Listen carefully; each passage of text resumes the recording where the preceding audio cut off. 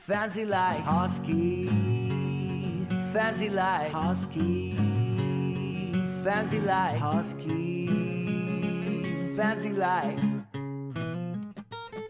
Doggy bowl empty, Lakers pool sleeping, rug pull, cash grab, NFTs delight, rug pull, cash grab, idiot.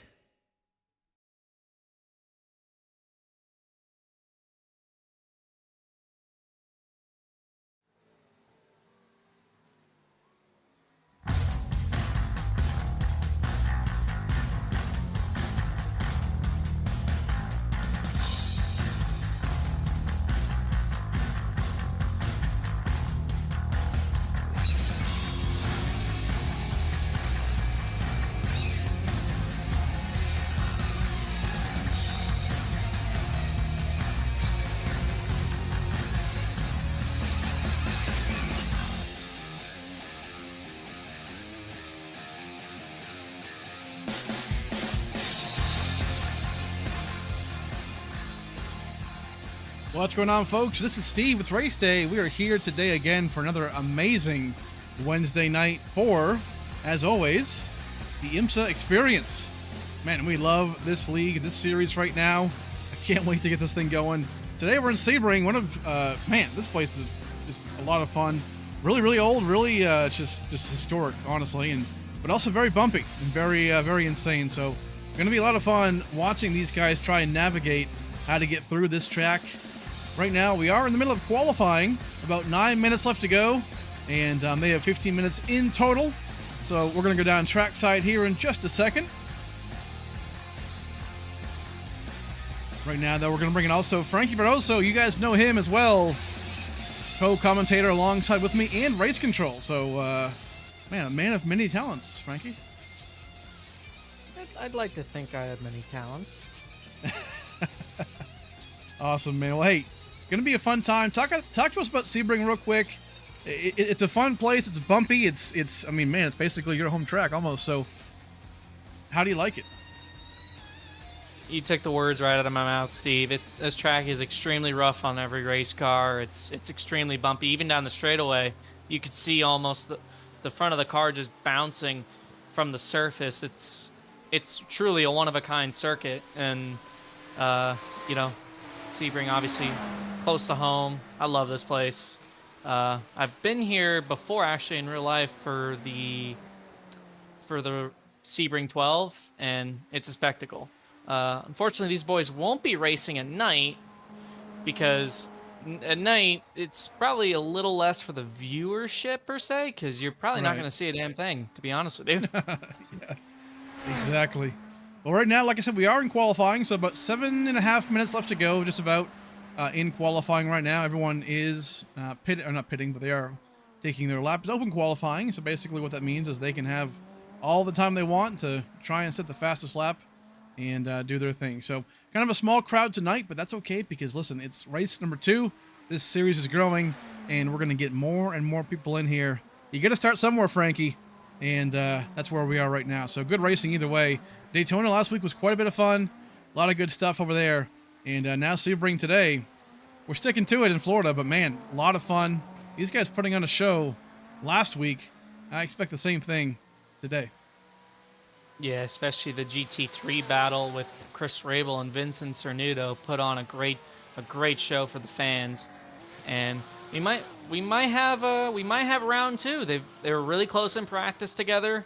And both qualifying laps they've put they're within half a tenth of each other. So it's going to be another dogfight for the top of the GT3 battle.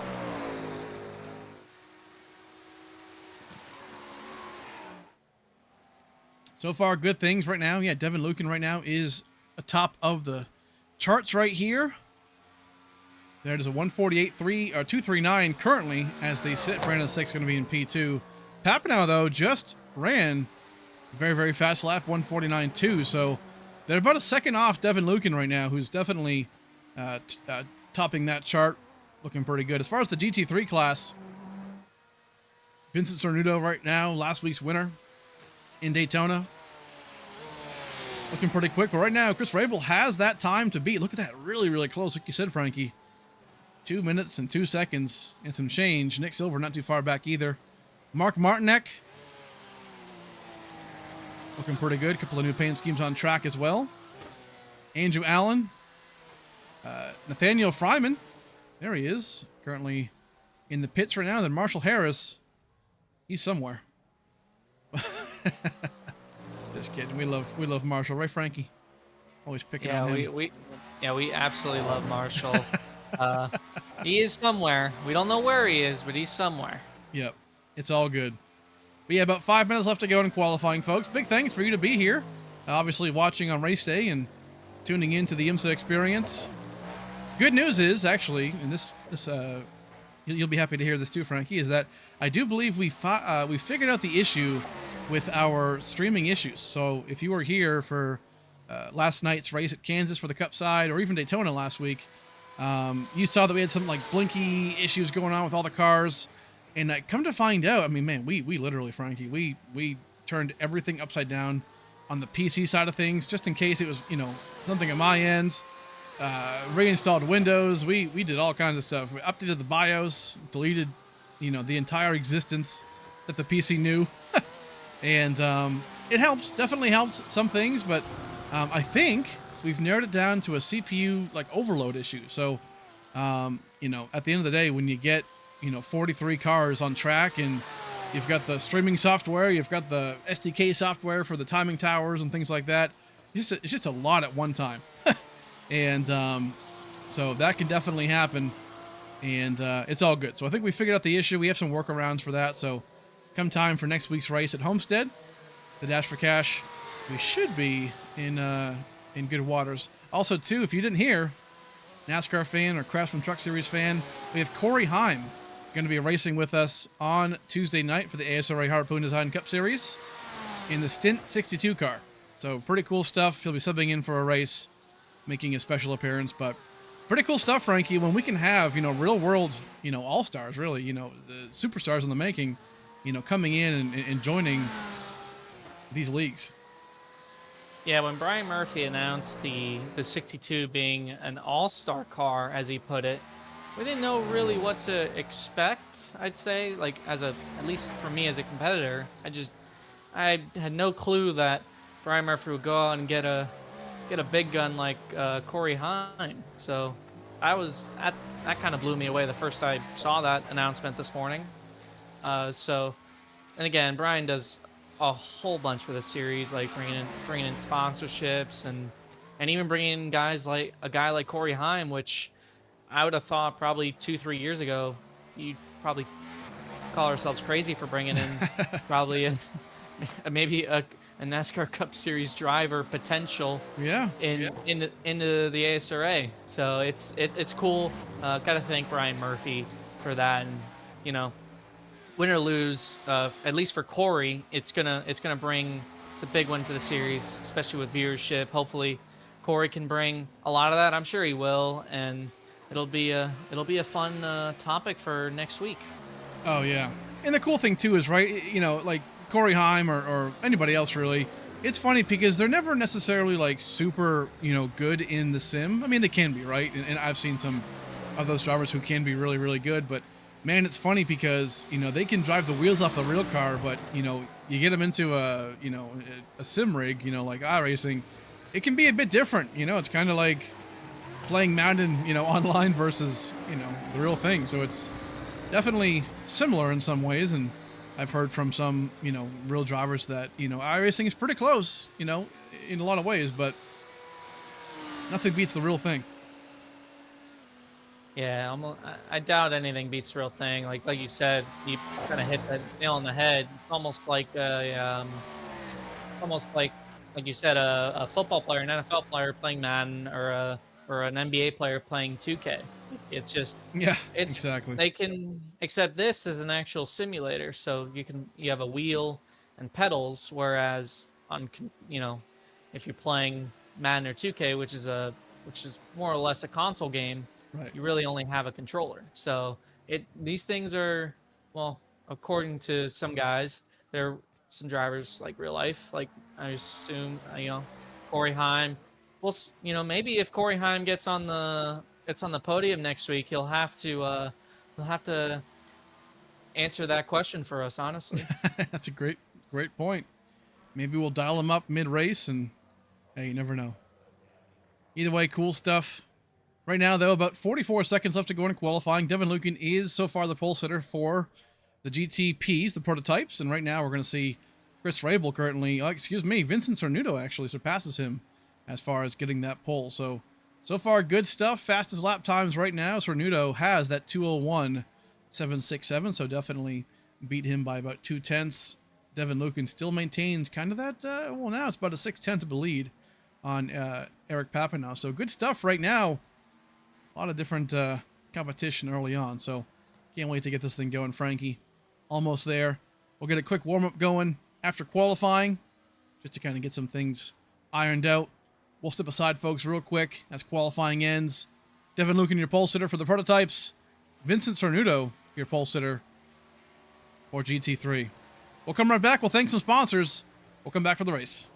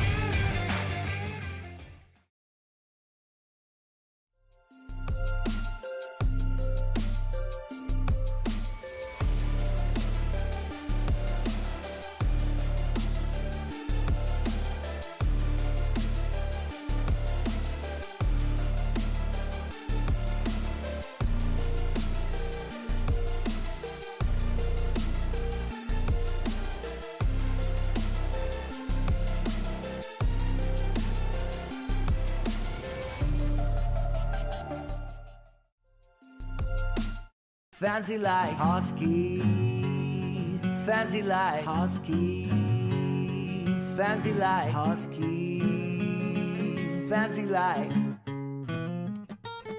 Doggy bowl empty, Vegas pool sleeping, rug pull, cash grab, NFTs delight, rug pull, cash grab, idiot.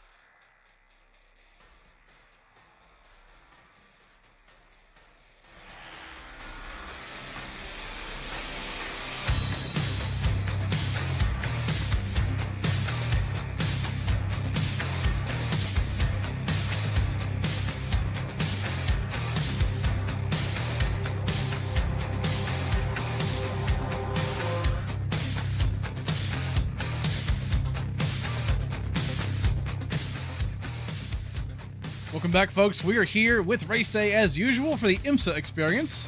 Right now, we're going to be wrapping up qualifying. It is over. And here we go. Going to be joining into the race session. Going to get this thing underway. 1 hour to decide this race. As always, going to be a fun time to get this thing going and see how they can handle this Sebring International Raceway. Historic track, but pretty tough to tame, so we're going to see how they do right now.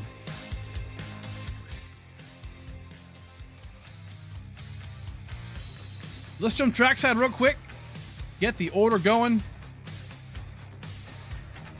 Here we go. Right now, we're going to be on the pole, Devin Lucan, leading him off for the GTPs, the prototypes. Looking good right there. Brandon Six going to be in P2. There he is. Last week's winner at Daytona. Eric Papineau in P3. Looking good right there. That'll be the prototypes for today's race. Vincent Cernuto, last week's winner at Daytona, also pole sitter for today for the GT3 field. There he is. Going to be starting off in P1. Both classes will separate before the race gets going. They won't start that close together, but it's all good. Chris Rabel going to be in P5. There he is. Try and get a good shot of that camera angle.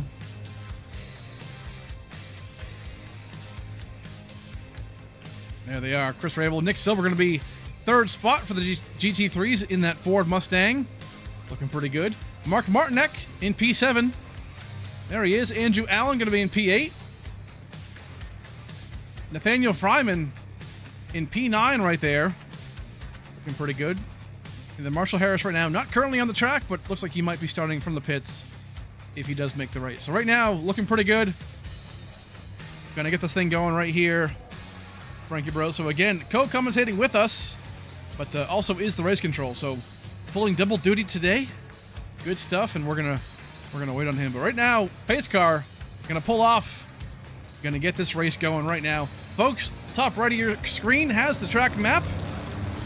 Just for your knowledge, the driver in the yellow will be the one that we're focusing on, and all the blue ones will be the other driver. So just so you know, as we continue this race. But this should be a lot of fun as we get going here. 1 hour to race. We definitely expect these guys to pit. Prototypes should be pitting twice in this race, as well as the GT3s. GT3s typically, last week at Daytona, they were pitting about every third of the race, so 20 minutes in. So we expect that to roughly be the same amount of time for this here, so should be pretty sick.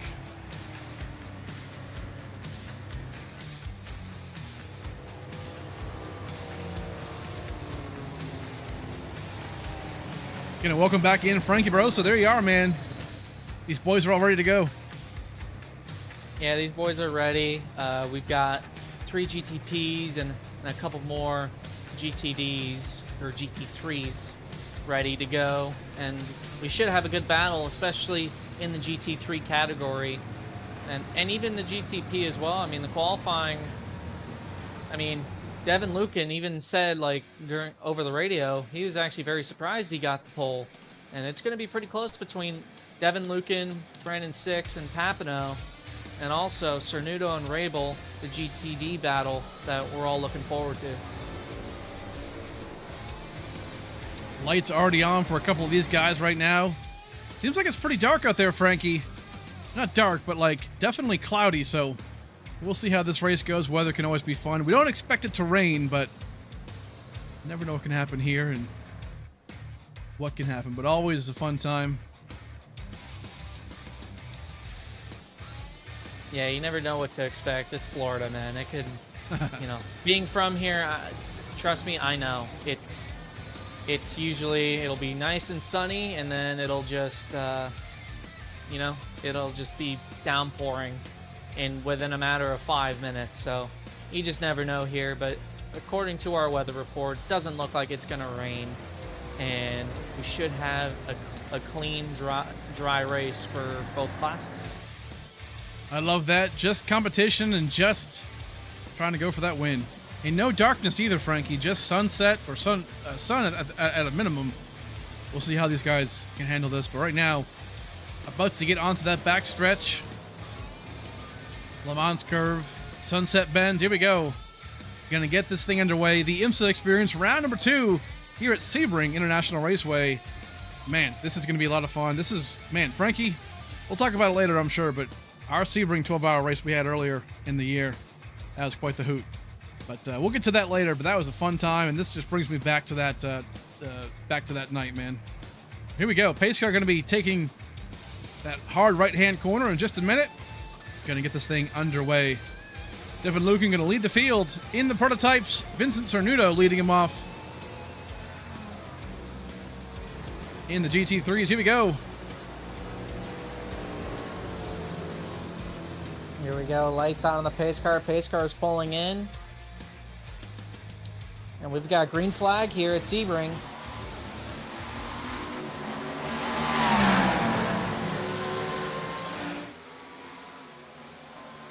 So far, a clean start for the GTPs right now. Going back to the GT3s. Clean start, clean lap number 1. We're seeing Chris Rabel Had a good run right there. Ooh, some contact in the back right here. Nathaniel Fryman. Andrew Allen. Some contact, but so far so good. Up at the front, though, Devin Lucan is on his way to the front. Brandon 6 already got around Papineau.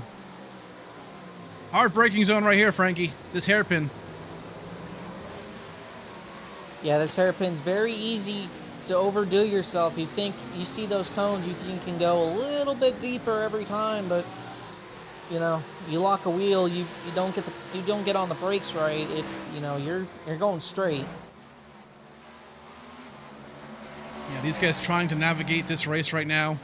Definitely hard to do, and in this track, I mean, these prototypes, I mean, they're pretty insane. We talked about it earlier a little bit, but like they have like these, not EOS or the what are they called, push to pass. It's not really that, but they have to like navigate, electronics and the battery and all kinds of stuff, which is pretty wild. So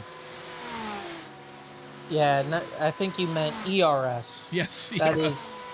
Yeah, they have something like that though in the GTPs. It's the battery system, and it does produce about, I believe, 150 to about 200 horsepower. So that battery means a lot to those GTPs. And like to me personally, Frankie, I'm a huge GT3 guy. Like if I'm watching, like an official IMSA race, I'm definitely paying attention to these prototypes. As right now we're seeing Brandon 6 make a move around Devin Lucan. Wow. See if we can find out when that happened. But man, that was a great pass. Here it is. Try and go to the replay real fast. Oh yeah, right here. Devin Lucan got a little wide at a 16. Very easy to do. It's a surprisingly fast corner, but like there, you just always feel like you're on the edge of grip, and sometimes when you go that little bit extra too much, that's what happens. You run a little wide, and all your momentum is lost, and especially to the biggest straightaway on this track, it's usually not a recipe for success.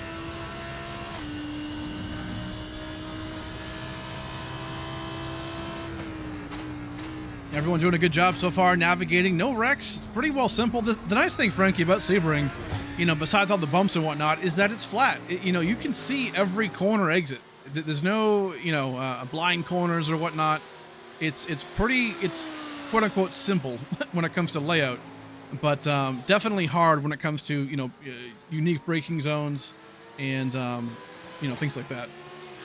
Yeah, what its simplicity is on, well, the fact that it's flat, it makes up for it for the fact that it's extremely bumpy. And one corner that in particular is pretty blind, especially, is turn 1, turn 17. Like turn 1 exit is completely blind. So you're kind of like, you won't really see it until you're in the middle of the corner. It's the same thing with 17. You won't really see it until you're in the middle of the corner. So there are some blind corners here, but not like per se like Road Atlanta turn 3, right? That type of elevation and complex well, what's the word, Steve? Complexity. Yeah, complexity. Sorry guys, I try to use a big word there, but Frankie's cooked. We've established this many times.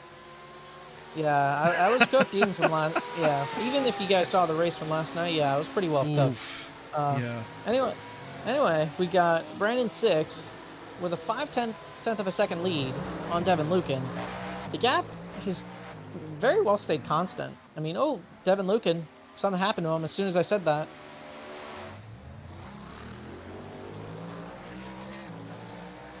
Yeah, really slow right there. He might have had either a spin in the middle of the corner or had like something, maybe the brakes lock up on entry. These rear brakes on these GTPs, they're extremely complex. Like you step on the brake pedal. If you step on it too hard, it could either rear lock or it could front lock, depending on your setup. And I think it might have rear locked Devin a little bit. Might have to get a replay on that one. Yeah, for sure. I think we have it right here. Yeah, Devin Lucan going off track. Here it is. Yeah, I just kind of looped it right there off the corner exit. Yeah, just trying to keep up. Just trying to keep up with with Brandon 6, unfortunately, just... Oh, no. Oh, we had another one from Devin. Yeah, Devin looking back. It looks like... Take a look once more.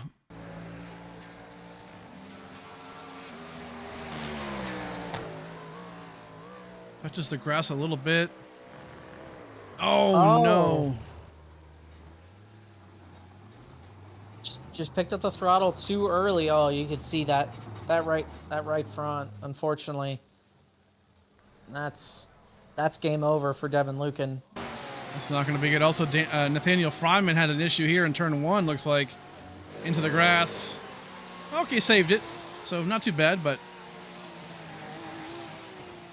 yeah, turn 1's going to be a discussion all night long, especially the middle of the corner. You're really on edge there, and just any single movement of the wheel is crucial there. Like you saw there with Nathaniel Fryman, it's like he did a good job of catching it, because normally when that happens, when you get a little wobble there, it's for sure gonna either snap right or just gonna loop. And Nathaniel Fryman doing a good job there. yeah, Devin, I think actually in the chat right now saying, yeah, well, that was short-lived for me. Yeah, tough break, man. Obviously, it's a hard course, and yeah, I mean, these corner exits, man, they can just bite you. It's a shame. I'll tell you what, though, that wind's coming, because you are absolutely fast, and sometimes it can just bite you. Right now, though, Brandon 6 up front in the GTPs, the prototypes. Eric Papineau 3.6 seconds back. Right now, looking pretty good.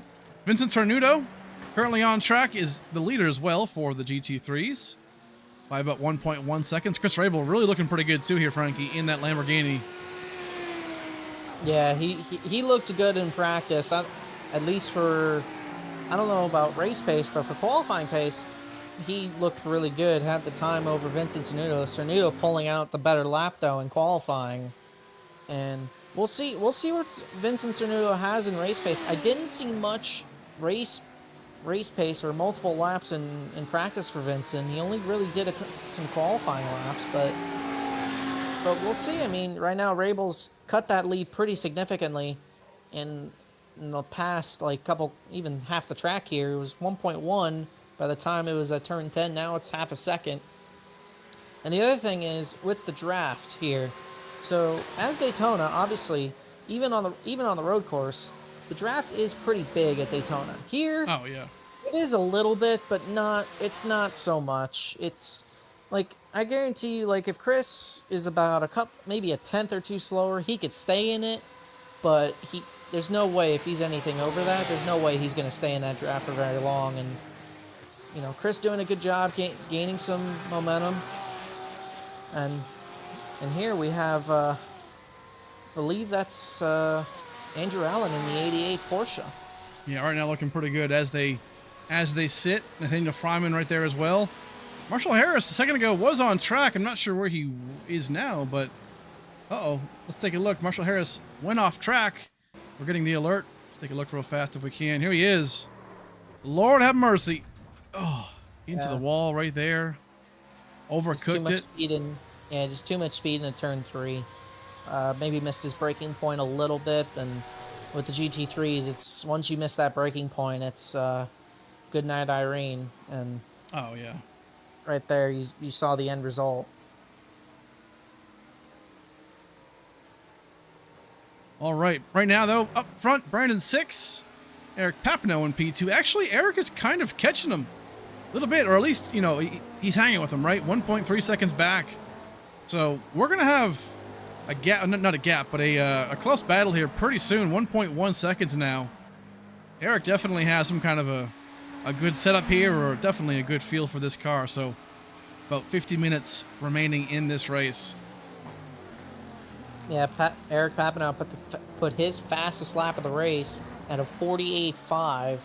Brandon 6 has the fastest lap of the race at a 48.0, but that was for lap 2, excuse me. And Eric has been catching him. This last lap, Eric was faster by a good bit. It's a good bit faster, and keeping Brandon 6 honest. Yeah, definitely going to be in in contention here for sure. And but this is the thing too. You can't have like any mistakes.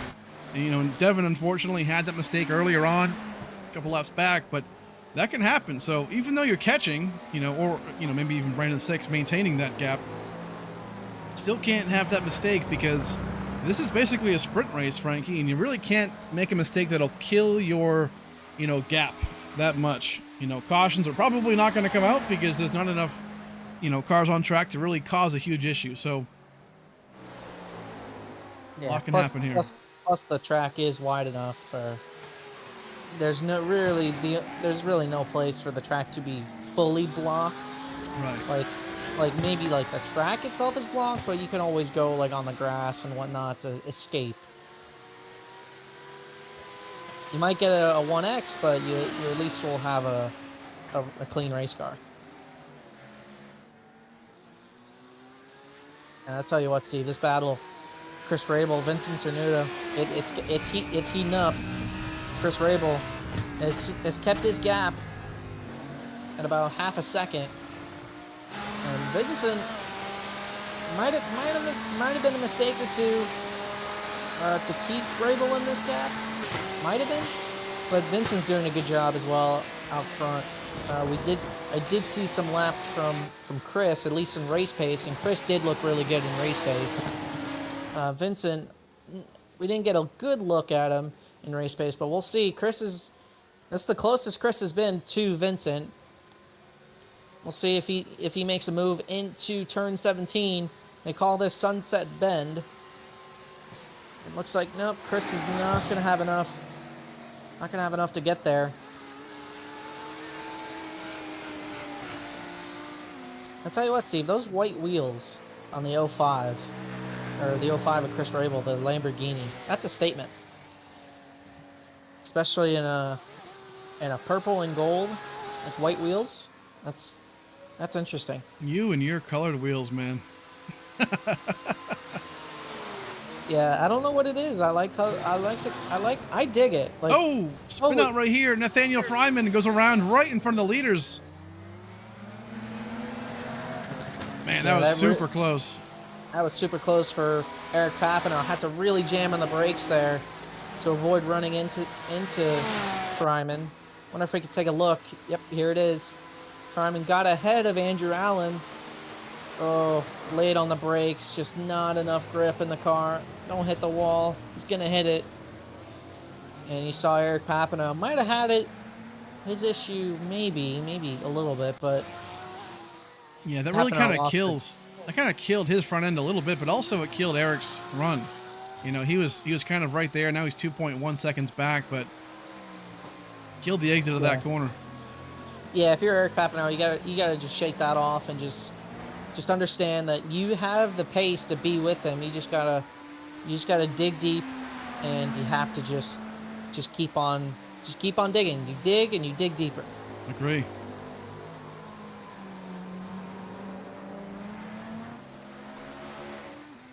The other thing as well is what we talked about last week, fuel mileage.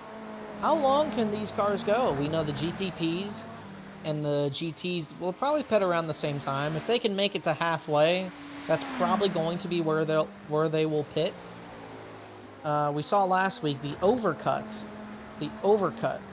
meaning pitting after your rivals, pitting after your competitors, going long on the stint of tires, was the benefit at Daytona. Now Daytona, not really a ton of corners there, like actual, like, I wouldn't say actual real corners, but like corners where you like brake and right. You know, where you have to, you know, when you have to brake and turn, like you know, whatever.